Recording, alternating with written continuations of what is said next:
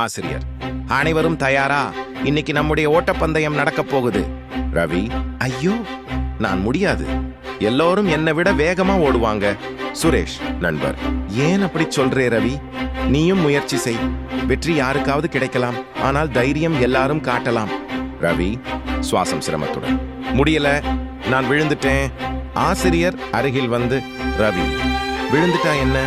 எல்லோரும் விழுந்திருக்கிறாங்க, மீண்டும் எழுந்திருக்கிறாங்க.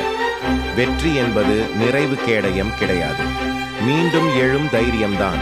சுரேஷ்: ரவி, நீ கடைசியா வந்தாலும் எல்லாருக்கும் நீதான் வெற்றியாளர். ஏன்னா நீ விழுந்து மீண்டும் எழுந்தவன். ஆசிரியர்: சிறந்த பாடம் கற்றுக் கொடுப்பது வெற்றி அல்ல, தைரியம்தான். வாழ்த்துக்கள் ரவி.